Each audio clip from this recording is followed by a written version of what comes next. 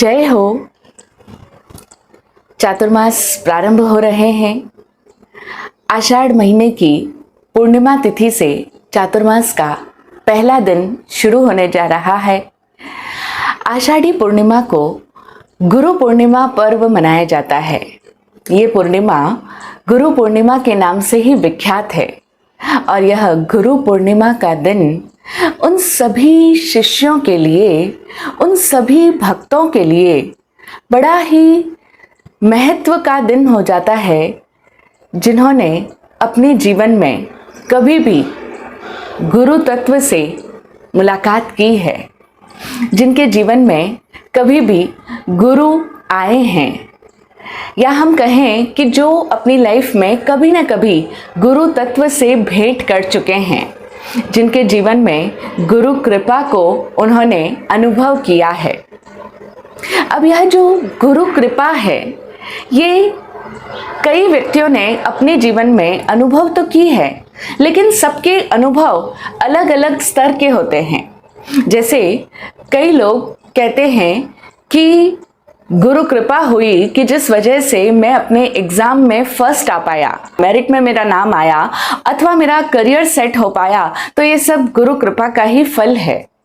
तो कुछ लोग कहते हैं कि जो इतने वर्षों से मेरा विवाह नहीं हो रहा था, गुरुदेव की जिस दिन कृपा हुई, उनका आशीर्वाद मिला, उसके बाद में सानंद विवाह भी संपन्न हो गया और घर में पुत्र का भी जन्म हो गया। ये सब गुरुदेव के आशीर्वाद का ही तो फल है। गुरु कृपा को मैंने अपने जीवन में इस तरह महसूस किया है।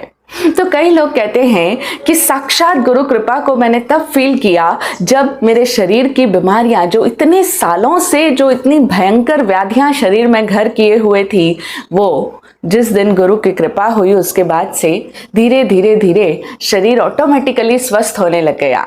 ये है गुरु के आशीर्वाद का चमत्कार। तो कुछ लोग कहते हैं कि गुरुदेव की कृपा से हमारे जीवन में हमें सद्बुद्धि प्राप्त हुई, हमें अपने जीवन को किस तरह से जीना, इसका विवेक, इसका ज्ञान, ये सारा सब कुछ हमें गुरुदेव की वाणी से ही मिला। तो सच में गुरु वचनों का बड़ा कमाल है। गुरु के आशीर्वचन होते हैं तो हमारे जीवन को सही दिशा में ले जाते हैं। तो कुछ लोगों का अनुभव कुछ इस तरह का है कि गुरु की कृपा हुई, गुरु ने कह दिया कि जा तेरा व्यापार फले फूले, या जो भी गुरु ने निर्देश दिया उसके अनुसार मैंने जो भी किया, उसके बाद में तो समृद्धि ही समृद्धि होती चली गई। व्यापार दिन दुना रात चौगुना बढ़ता ही चला गया। गुरु कृपा, गुरु आशीर्वाद, यही इन सब का रिजल्ट है। तो कुछ लोगों का कहना होता है कि गुरु की कृपा से हमारे जीवन को ज्ञान की रोशनी मिली है। हम अंधकार में थे जैसे, लेकिन जब से गुरु आए हमारे जीवन में, उसके बाद में हमारा जीवन बदला और हमें ज्ञान की रोशनी मिली। तो कुछ लोगों का इससे भी बढ़कर और अनुभव कहता है कि गुरु कृपा जब से जीवन में प्राप्त हुई है, या यूं कहें कि जब से मैं उस गुरु कृपा को ग्रहण करने के योग्य हुआ, उस दिन से मेरा जीवन पूरा का पूरा 360 डिग्री बदल गया। अब मैं नहीं रहा। अब मेरा जो व्यक्तित्व था, जिसे मैं समझता था, मेरी जो अस्मिता थी, मेरा जो अहम था, वो सब कुछ बिखर गया, विगलित होता चला गया और मेरे भीतर नए का प्रादुर्भाव हुआ है। तो ये जो अनुभूतियां हैं, ये सबकी भिन्न भिन्न हैं गुरु कृपा के संबंध में। जिसके भीतर जैसा विश्वास है, जैसी जिसके भीतर की धारणा रही, उसने अपनी लाइफ में गुरु कृपा को उसी रूप में महसूस किया। लेकिन सबसे श्रेष्ठ गुरु कृपा तो हम उसे ही कहेंगे कि जिसके पूरे के पूरे जीवन का ट्रांसफॉर्मेशन हो गया, जिसका पूरा व्यक्तित्व ही बदल गया, आमूल चूल रूपांतरण जिसके जीवन में घटित हुआ। सचमुच उसने अपने जीवन में संपूर्ण रूप से गुरु कृपा को अनुभव किया है। गुरु कृपा जब हम अपने जीवन में ले पाते हैं, ये हम इसलिए कह रहे हैं क्योंकि कृपा तो सदा ही बरस रही है। परमात्मा की, या कहें हमारे सद्गुरुओं की, इष्ट गुरुदेवों की कृपा कभी ऐसा नहीं होता कि वो नहीं बरस रही है। उनके भीतर की दिव्य आशीष, दिव्य कृपा सदैव बरसती ही रहती है। बात यह है कि जब जब कोई इंसान उस गुरु कृपा को अनुभव करता है, महसूस करता है अपने लिए कि हाँ मुझे गुरु कृपा मिल रही है, जिस दिन हम इस मोड़ पर आ जाते हैं उस दिन हमारे जीवन में भी परिवर्तन घटित होने लग जाते हैं। सच्ची कृपा उस दिन ही हम माने जिस दिन हमारा भी पूरा का पूरा जो व्यक्तित्व है, एक झूठा जो हमने बना लिया है, जो हम मानते हैं अपने आप को मैं, वह मैं जिस दिन पूरी तरह से मिट जाए, वही है सद्गुरुदेव की कृपा। क्योंकि सिर्फ एक सद्गुरु में ही ये सामर्थ्य है कि जो एक शिष्य को पूरी तरह से बदल दे। जब शिष्य हो जाए इंसान, तभी गुरुदेव उस शिष्य को पूरी तरह से बदलने में समर्थ हो पाते हैं। और गुरु वे कहलाते हैं जो स्वयं जाग चुके हैं, जो पूर्ण रूप से संबुद्ध है, जो बोधि को प्राप्त है, जो स्वयं पार पहुंच गए हैं। और जो स्वयं पार चले गए हैं वे ही तो हमें भी पार जाने का रास्ता दिखा सकते हैं, वे ही तो हमें भी जगा सकते हैं, वे ही तो हमें भी बदल सकते हैं। और गुरु की बदलाहट का सबसे पहला सूत्र यही होता है कि वे हमें अपनी गहरी नींद से जगाते हैं।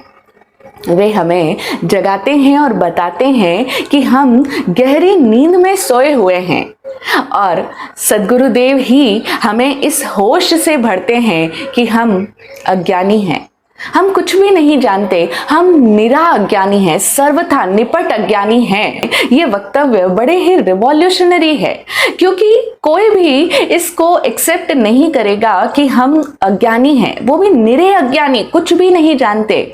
अरे हम कहेंगे हमने इतनी सारी शिक्षा ग्रहण की है, हमने इतनी डिग्रियां हासिल की है, हमने इतने सर्टिफिकेट्स पाए हैं, और हमने ये जो बाल है ये यूं ही थोड़ी ना पकाए हैं, हमने बहुत कुछ जाना है, हमने बहुत कुछ सीखा है, हम इतना कुछ जानते हैं, हमने जीवन में इतना कुछ अनुभव किया है। और फिर ये क्या सब हमने जो इतनी सफलता बनाई है, अपनी इतना जो साम्राज्य खड़ा किया है, ये सब क्या यूं ही नींद में ही खड़ा कर दिया? हम भला कैसी नींद में हैं? हम तो जाग रहे हैं, हम दिन भर में इतना कुछ कार्य करते हैं, इतनी एक्टिविटीज करते हैं, इतना धर्म का पुण्य का भी काम करते हैं, फिर हम भला सोए हुए कैसे हैं? है ना? प्रश्न तो उठा होगा आपके मन में भी। लेकिन गुरु उसे ही कहा कि जो हमारी नींद को जगाए, या कहें कि जो हमें इस होश से भर दे कि हम सोए हुए हैं। अभी तो हमें अपने सोए हुए होने का जरा भी बोध नहीं होता, हमें नहीं लगता कि हम सोए हुए हैं, और ना ही हमें लगता है कि हम अज्ञानी हैं, हम कुछ भी नहीं जानते। लेकिन अनुभवी जनों का कहना है कि जीवन में जैसे जैसे समझ बढ़ती है, वैसे वैसे हमें अपने भीतर अज्ञान की प्रतीति होने लगती है। यानी वैसे वैसे हमें ये समझ में आने लगता है कि सच में मैं कुछ भी नहीं जानता। और जिस इंसान को ये दिखाई पड़ने लग जाए, ये समझ में आने लग जाए कि मैं अज्ञानी हूं, मैं कुछ भी नहीं जानता हूं, तो जिस दिन उसे अपने भीतर अज्ञान का बोध होता है, उसी दिन वह गुरु के द्वार पर दस्तक देने लायक बनता है। जैसे हम सुनते हैं यूरोप के दार्शनिक सोक्रेटिस के बारे में, महान दार्शनिक हुए सुकरात, उनके बारे में डेल्फी की देवी थी, उन्होंने ये घोषणा की कि तुम्हारे नगर में सबसे बड़ा ज्ञानी इस समय सुकरात है। लोग गए सुकरात के पास में और उनसे कहा कि देवी ने घोषणा की है कि आप हमारे नगर में, एथेंस नगरी के सबसे बड़े ज्ञानी हैं। तब सुकरात ने कहा कि तुमसे कोई भूल हुई होगी, अथवा देवी से कोई भूल हो सकती है, क्योंकि मैं तो जरा भी ज्ञानी नहीं हूं, मैं तो बस अपने अज्ञान को जान रहा हूं। मुझे ये समझ में आ रहा है कि मैं कितना बड़ा अज्ञानी हूं, मैं तो कुछ भी नहीं जानता। जीवन में जिसे मैं जानना कहता था, सचमुच वो कोई ज्ञान नहीं है। मैं तो बिल्कुल बेसुध हूं, बेभान हूं, मैं कुछ भी नहीं जानता। मैं सिर्फ अपने अज्ञान के प्रति सचेत हुआ हूं, सजग हुआ हूं। और तब पुनः जब लोग गए देवी के पास, तब देवी ने बताया कि जो अपने अज्ञान को जानता है, उससे बड़ा ज्ञानी और कौन हो सकता है? वही ज्ञानी है जो स्वयं के अज्ञान को जानने लगता है। तो गुरु हमारे भीतर तभी प्रवेश कर पाते हैं जिस दिन हमें अपने भीतर अज्ञान का बोध होने लगता है, जिसे ये अनुभव होने लग जाए कि मैंने जो जाना था वो सब कुछ बेकार था, वो व्यर्थ था, सचमुच में तो उसे जानना कह ही नहीं सकते हैं। अरे मैं तो कुछ भी नहीं जानता, मैं तो परम अज्ञानी हूँ। ऐसा बोध, ऐसी अनुभूति जब किसी के भीतर होती है तभी वह गुरु के चरणों में झुक पाता है, क्योंकि ज्ञानी तो झुकेगा भी कैसे? जब तक इंसान को ये भ्रम है कि मैं तो जानता हूँ, मैं बहुत अच्छा भाषण दे सकता हूँ, मैं बहुत अच्छा लोगों को कम्युनिकेट कर सकता हूँ, इस तरह की कोई भी भ्रमणा जब तक किसी इंसान के भीतर है तब तक वो किसी भी ज्ञानी के चरणों में जाकर के समर्पण कर ही नहीं सकता है।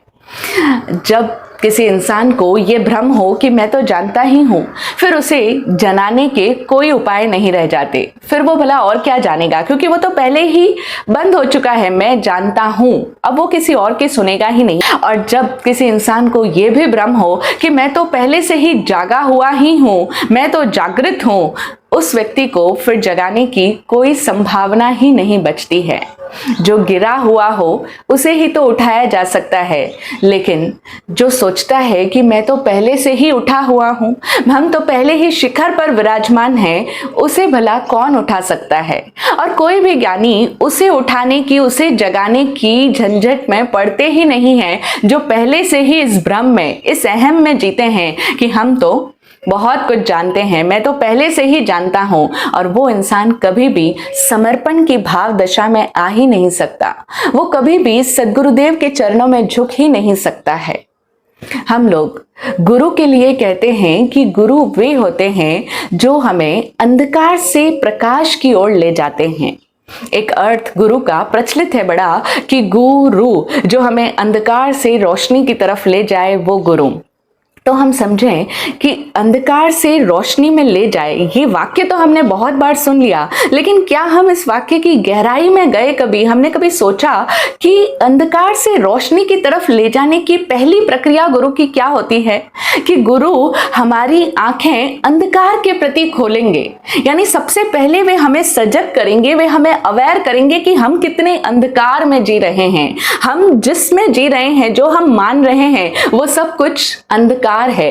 तो हमें पहले हमारी आंखें वो अंधकार के प्रति खोलेंगे, और एक बार अंधकार के प्रति जागरण हो जाए, उसके पश्चात ही प्रकाश की संभावना होती है। प्रकाश सहज है, यूं आ सकता है, लेकिन पहले हम अपने अंधकार को तो जाने। दिक्कत सारी यही होती है कि हम अपने अंधकार को नहीं जानते, हम अपने अज्ञान को नहीं जानते। और जो हम सब का जो अज्ञान है, जो अंधकार है, जो हमारी नींद है, वो क्या है?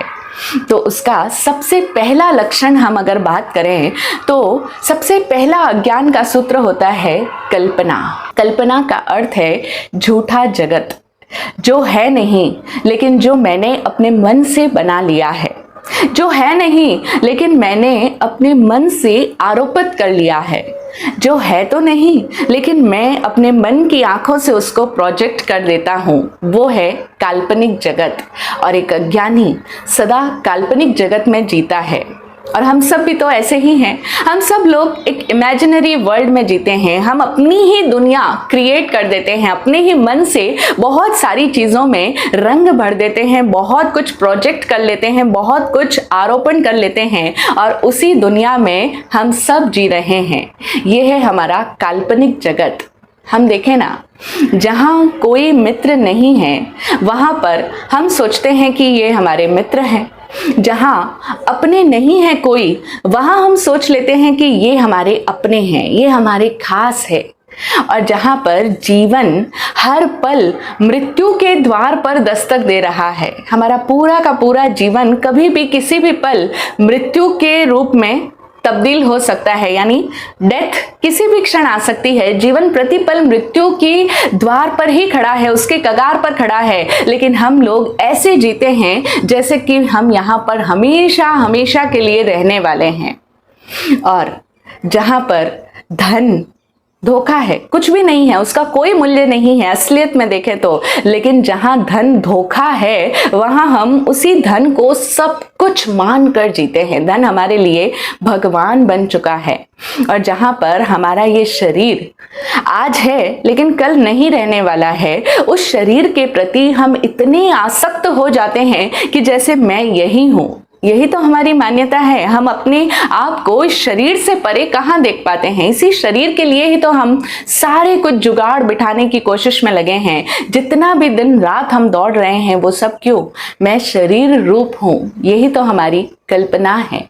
और जहां पर हमारे विचार हवा की तरंगों से अधिक और कुछ भी नहीं है, उन विचारों में हम इतने लीन हो जाते हैं। अपने विचारों को, मेरे सिद्धांत, मेरी मान्यता, मेरी धारणा, मेरी सोच, उन विचारों के प्रति हम इतने लीन हो जाते हैं कि हम उनके लिए लड़खप जाते हैं। और हमें ऐसे लगता है कि जैसे ये विचार शाश्वत है, सनातन है, यही नित्य है। मेरे सिद्धांत है ना, मेरी धारणा है, हम उन्हें ही सत्य और नित्य और शाश्वत समझकर जीते हैं। लेकिन ये बस विचार मात्र हैं जो कि बहती हुई हवा की लहर से अधिक और कुछ भी नहीं है। और जहां पर अहंकार एक झूठी मान्यता भर है, बस हमने मान रखा है कि मैं हूं, लेकिन हम उस झूठी मान्यता के लिए मरने और मारने पर भी उतारू हो जाते हैं।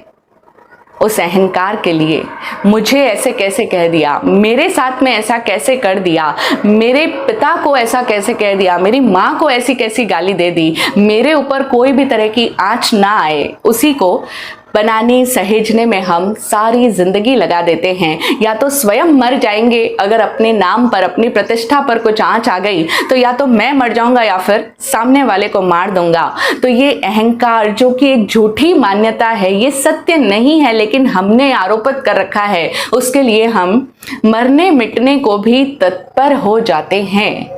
इस तरह से हम देखें अगर आंख खोलकर तो ये हमारी कल्पना है, यही तो हमारा काल्पनिक जगत है, यही तो हमारा क्रिएटेड वर्ल्ड है जिसमें हम सब कुछ अपने ही भीतरी भावों से रंग देते हैं, आरोपित कर देते हैं, प्रोजेक्ट कर लेते हैं। ये मेरे अपने लोग हैं, ये मेरा खास दोस्त है, ये मेरे बच्चे हैं, ये मेरे परिवार हैं, ये मेरा है ये। और फिर जब अपना आता है तो पराया का भी जन्म हो जाता है। कुछ लोगों को हम अपने की परिधि में डाल देते हैं और फिर जो अपने नहीं वो पराये हो जाते हैं। फिर मैं और तू और ये सारा संसार का खेल, ये सब कुछ हम अज्ञानी लोगों का लक्षण है, कल्पना में जीने वालों का। तो ये जो कल्पना है ये अज्ञान का सूत्र है और सत्य ज्ञान का सूत्र है। सत्य का अर्थ होता है जो है उसे देखना, और कल्पना का अर्थ होता है जो है लेकिन उसे उस रूप में देखना कि जो हम देखना चाहते हैं, उसे कल्पना कहते हैं।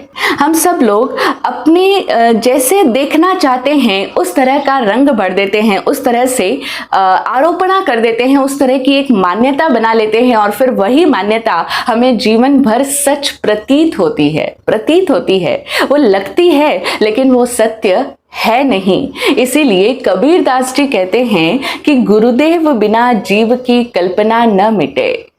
जब किसी इंसान के जीवन में गुरुदेव आते हैं, गुरु तत्व का प्रवेश होता है, तभी वो जीव जान पाता है कि मैं इस तरह के काल्पनिक जगत में हूं। ये सब जिसको मैं सच मान रहा था वो सब सच नहीं है, क्योंकि जो है मैं उसे तो देख ही नहीं रहा हूं, बल्कि मैं तो अपनी ही चाहत के अनुसार देख रहा हूं।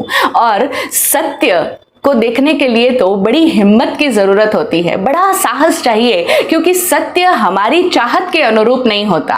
जरूरी नहीं है कि सत्य हमारी आकांक्षा के अनुरूप हो, और यह भी जरूरी नहीं कि सत्य हमारे उन सपनों की पूर्ति करे जो हम मीठे मीठे ख्वाब देखते हैं, अच्छी अच्छी कल्पनाएं सजाते हैं, उन सपनों की पूर्ति करे सच। ऐसा कोई भी आवश्यक नहीं है, बल्कि जरूरी तो यही है कि सत्य हमारे सपनों को तोड़ दे, सत्य हमारी आकांक्षाओं को तोड़ दे, सत्य हमारी चाहतों को आग लगा दे। और यही वजह है कि हम उस सत्य को देखना ही नहीं चाहते हैं। वो सत्य हमारी आंखों के सामने ही है, लेकिन हम उस सत्य को देखना ही नहीं चाहते। हम तो बस उसके ऊपर भी रंग लेते हैं, पोत लेते हैं अपनी कल्पनाओं को, मीठे मीठे सुंदर सुंदर ख्वाब सजा लेते हैं। इसीलिए कबीर दास जी कहते हैं कि गुरुदेव बिना जीव की कल्पना न मिटे, बिना उस व्यक्ति से मिले जिनकी कल्पना मिट गई हो, जिन्होंने सत्य का साक्षात कर लिया हो, जो स्वयं सत्य में जीते हैं। गुरु कैसे हैं? वो सत्य को जीते हैं, वो जो जैसा है उसे वैसा ही देखते हैं, यानी वो यथार्थ में अपनी आंखों से कोई भी तरह का रंग नहीं डालते।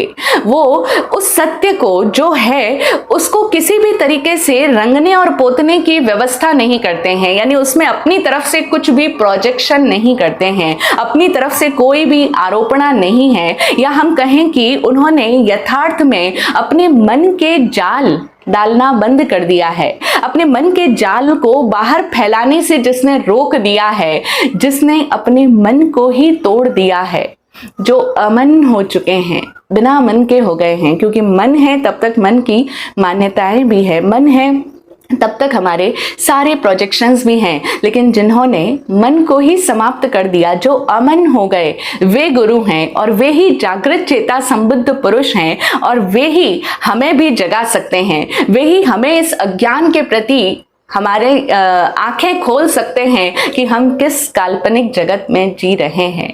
और कल्पना का मतलब है माया, कल्पना का मतलब है नींद में आंख बंद आदमी का सपना। हमारे सपने चल रहे हैं और हम उन सपनों से जागना नहीं चाहते हैं। अब वो सपने बड़े मीठे होते हैं और बड़े प्रतीतिकर लगते हैं, बड़े ही सुखद अनुभूति देते हैं, इसीलिए तो हम उन सपनों से अपनी आंख खोलना ही नहीं चाहते। लेकिन सत्य तो यही है कि सपना झूठ है, चाहे कितना भी मधुर हो, चाहे कितना भी सुखद हो, लेकिन है तो वो सपना ही, है तो वो झूठ ही। लेकिन हम नहीं समझने को तैयार है। चाहे सद्गुरुदेव कितनी ही बार अपना बिगुल बजा दे, कितनी ही बार ये शंखनाद कर दे कि क्यों सपना रहा है संसार में, जाग जा, होश में आ जा। आत्मज्ञानी पूज्य श्री विराट गुरुदेव की पंक्तियां कहती है, जरा होश में तो आ भवी आत्मा, कौन तेरा असली संसार है, क्यों सपना रहा है संसार में, कौन झेल पाया मृत्यु की मार है। जरा होश में तो आ भवी आत्मा, क्यों सपना रहा है संसार में, हम संसार में क्यों सपना रहे हैं। लेकिन अब हम समझ गए कि हम सब सपना रहे हैं क्योंकि हमें वो सपना बड़ा मधुर प्रतीत होता है, बड़ा अच्छा लगता है, कल्पनाओं में जीना, ख्वाबों में जीते चले जाना। लेकिन है तो वो झूठ ही, और वो झूठ हमें बड़ा सुखद महसूस होता है, इसीलिए हम उस सत्य की तरफ अपनी आंख खोलकर देखना ही नहीं चाहते। ऐसा नहीं है कि सत्य कहीं और है या सत्य हमारी आंखों से ओझल है, ना, सत्य यही है, इसी जगत में जिससे हम हर दिन डील कर रहे हैं, वहीं पर सत्य है। बस हमारी दृष्टि का फोकस बदलने की जरूरत है। कि हमारी आंखों पर वो जो हमने रंग रखा है, वो जो आरोपणाएं हैं, वो जो प्रक्षेपण हैं, उन सब को वो धूल, वो परत हमारी छट जाएगी गुरु की कृपा से, गुरु के वचनों से, और तब हम उसी के भीतर छिपे सत्य को देख पाएंगे। लेकिन हम देखते नहीं हैं क्योंकि सत्य अभी हमें बड़ा कठोर लगता है ना। हमें कठोर लगेगा ही क्योंकि हम सब सपनों के सौंदर्य के धीरे धीरे इतने आदी हो चुके हैं, इतने हैबिचुअल हो चुके हैं कि हमें वो सत्य हमारे सपनों को तोड़ता हुआ नजर आता है। तोड़ेगा ही, ऑब्वियस है। अगर कोई हमें कह दे कि जिसको तुम अपना मान रहे हो, एक माँ कहती है मैं तो अपने बच्चे के लिए जी रही हूँ, मैं तो अपने परिवार के लिए ही जी रही हूँ, बस इन सबको खुश रखूँ, यही मेरी कामना है। और अगर कोई ज्ञानी, कोई सद्गुरु उसे ये कह दे कि तू जिसके लिए जी रही है वो तो सब अपने अपने लिए जी रहे हैं, वो कभी तेरे काम नहीं आने वाले हैं, तू अपने आप के लिए जी, वो सब तेरे अपने नहीं हैं, वो कहेगा ऐसी क्या बात है, ये हो ही नहीं सकता। सत्य बड़ा कठोर लगेगा क्योंकि हम सपनों के सौंदर्य में ही जीने के आदी हो चुके हैं, और तब हमारे सपनों को तोड़ता हुआ दिखाई देगा वो सत्य। हर कोई उस बालिया भील की तरह थोड़ी ही होता है जिसे एक राह चलते फकीर ने, ज्ञानी थे, सत्पुरुष थे, सद्गुरु थे, उन्होंने कहा कि तू जो ये इतनी लूटपाट मचाता है, इतने लोगों पर डाका डालता है, क्योंकि उन फकीर को भी उसने रस्सियों से बांध दिया था और कहा जो भी तुम्हारे पास है वो दे दो। फकीर ने कहा मेरे पास तो वीणा के अलावा और कुछ है नहीं, भगवान का भजन करता हूँ इस वीणा पर। लेकिन वो बालिया भील था, डाकू था, लुटेरा था, वो भला इन बातों को कहाँ समझता। तब उन्होंने बताया कि जा तू जिनके लिए ये चोरी ये लूटपाट मचाता है ना, तू अपने उन घर वालों से पूछ कर आ कि क्या वो तेरी मृत्यु के समय तेरे साथ चलेंगे, क्या वो तुझे अंत तक साथ देने के लिए तैयार है। कहते हैं कि बालिया तब अपने घर गया, उसने अपने माँ पिता से पूछा। माँ पिता ने कहा बेटा हम तो अब बूढ़े हो चुके हैं, अब तू तो हमारी सेवा करता है, इससे ज्यादा तू क्या करके लाता है, तू किसका धन लूटता है, उससे हमें कोई प्रयोजन नहीं है और हम तो बस बहुत जल्दी अब जाने ही वाले हैं, तू तेरी जान तू तेरा संभाल। उसने अपनी पत्नी से पूछा, अपने बच्चों से पूछा, लेकिन उसे सबकी तरफ से यही उत्तर मिला कि हमें आपके द्वारा किए गए कार्यों से कोई मतलब नहीं है, हमें तो आप खुश रखते हो, आप सुखी रख पाते हो, बस इससे ही प्रयोजन है, यानी हमें अपने सुख से मतलब है, बाकी आप क्या करते हो, आप जो भी लूटते हो उससे आपको जो भी बंद होता है, आपको जो भी पाप लगता है, उस पाप का फल भोगने के लिए हम नहीं आने वाले, वो सब आप जानो।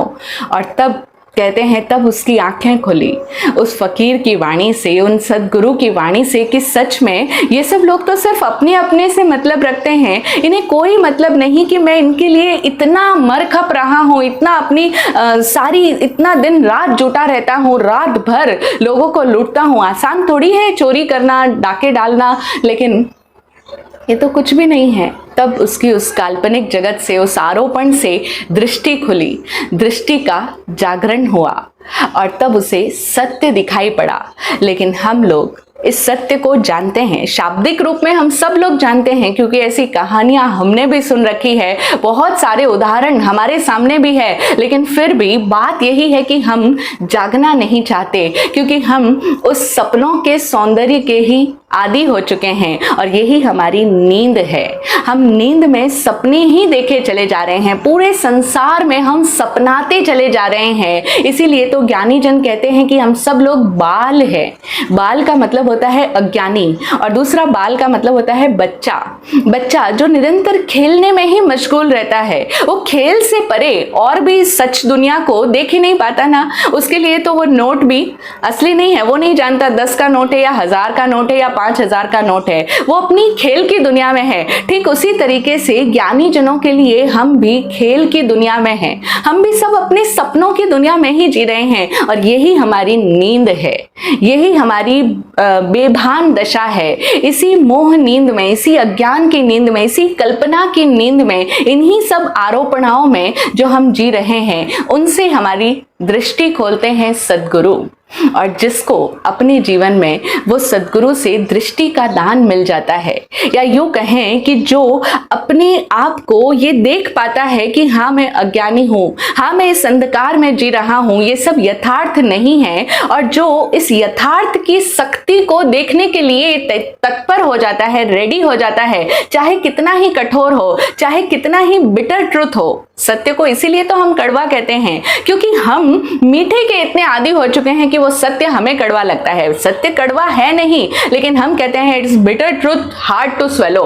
हम उसको स्वेलो नहीं कर पाते हैं, क्योंकि हमें तो झूठ चाहिए ना, हमें सत्य को देखना भी हो ना तो भी उस पर भी झूठ की एक परत लगी होनी चाहिए। सत्य का हम सीधा सीधा साक्षात्कार भी नहीं कर सकते, क्योंकि हम सब जानते हैं कि अगर सत्य को जान लिया, सत्य को देख लिया जो कि हमारे सामने ही है, तो हमें डर लगता है कि हम कहीं मर ना जाएं, हम कहीं मिट ना जाएं, जो मेरी धारणाएं हैं, जो मेरे विचार है, जो मैं ये सब कुछ फिर कर रहा हूं, ये सब कुछ कहीं टूट ना जाए, ये सब कुछ कहीं बिखर ना जाए, मेरे सपनों का महल भर भरा कर कहीं गिर ना जाए, हम टूट ना जाएं, हम मिट ना जाएं, हम बिखर ना जाएं। यही डर हमें सत्य को देखने से चुकाता चला जाता है। सत्य सामने है लेकिन फिर भी देखने नहीं देता है।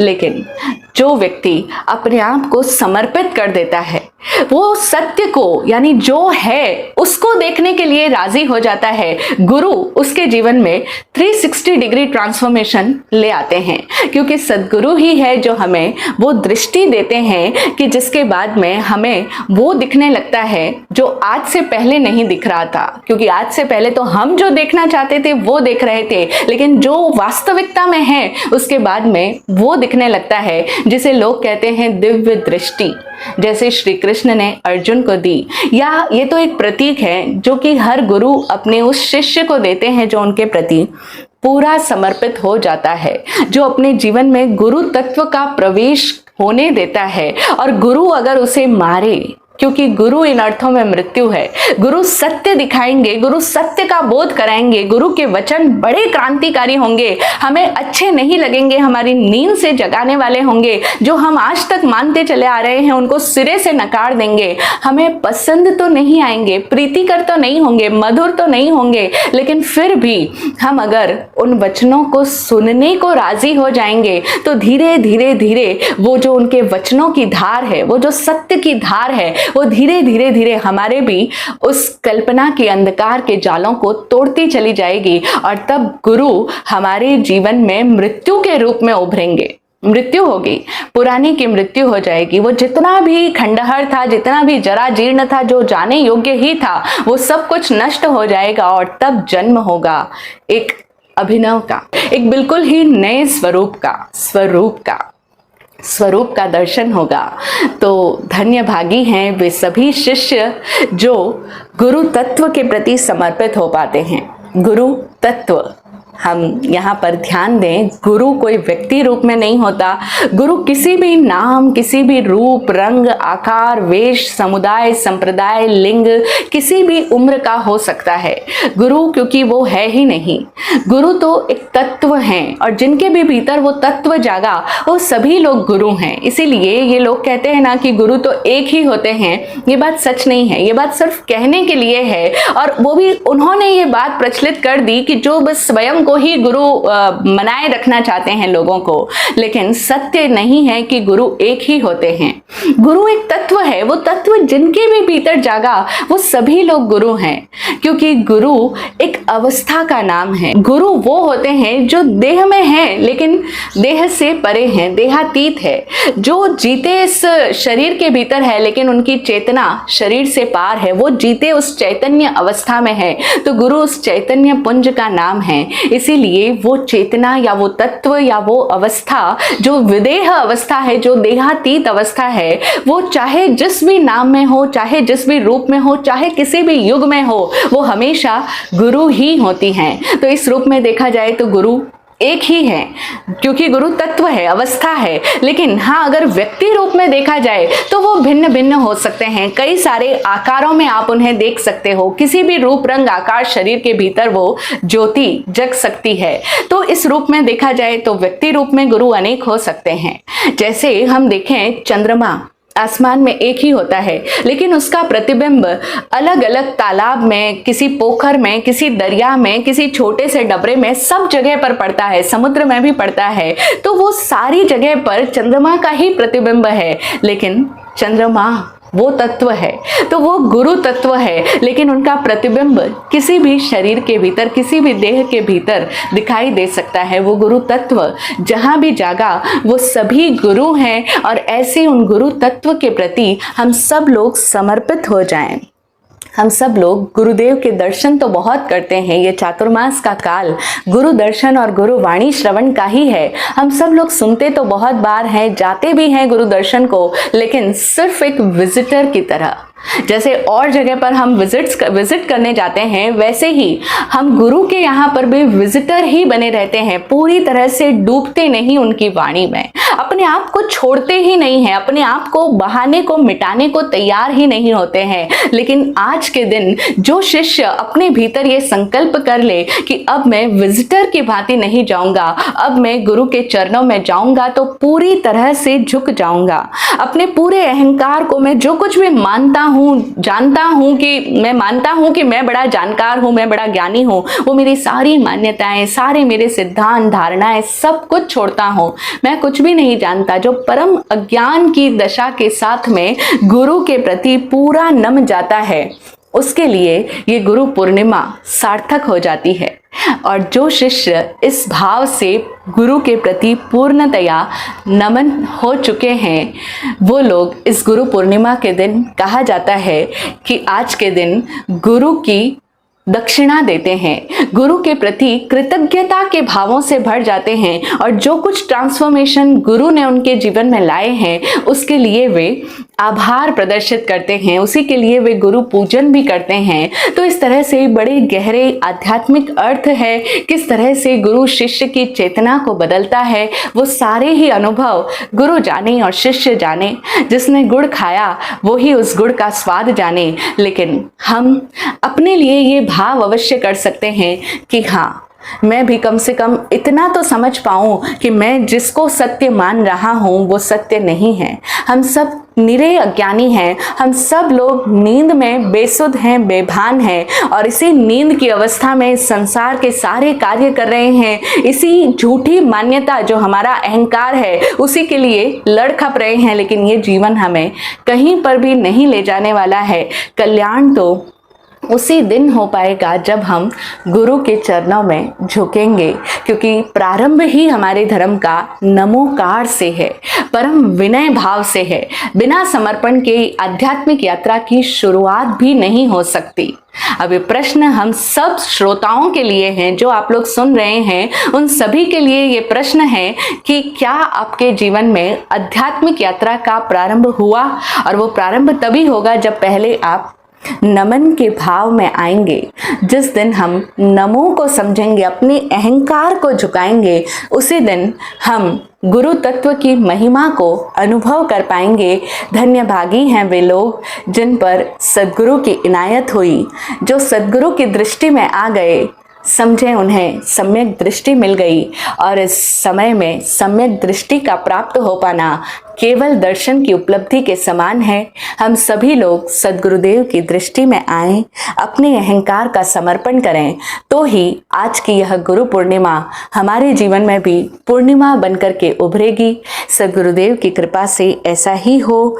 ओम शांति। जय हो, जय हो, जय हो।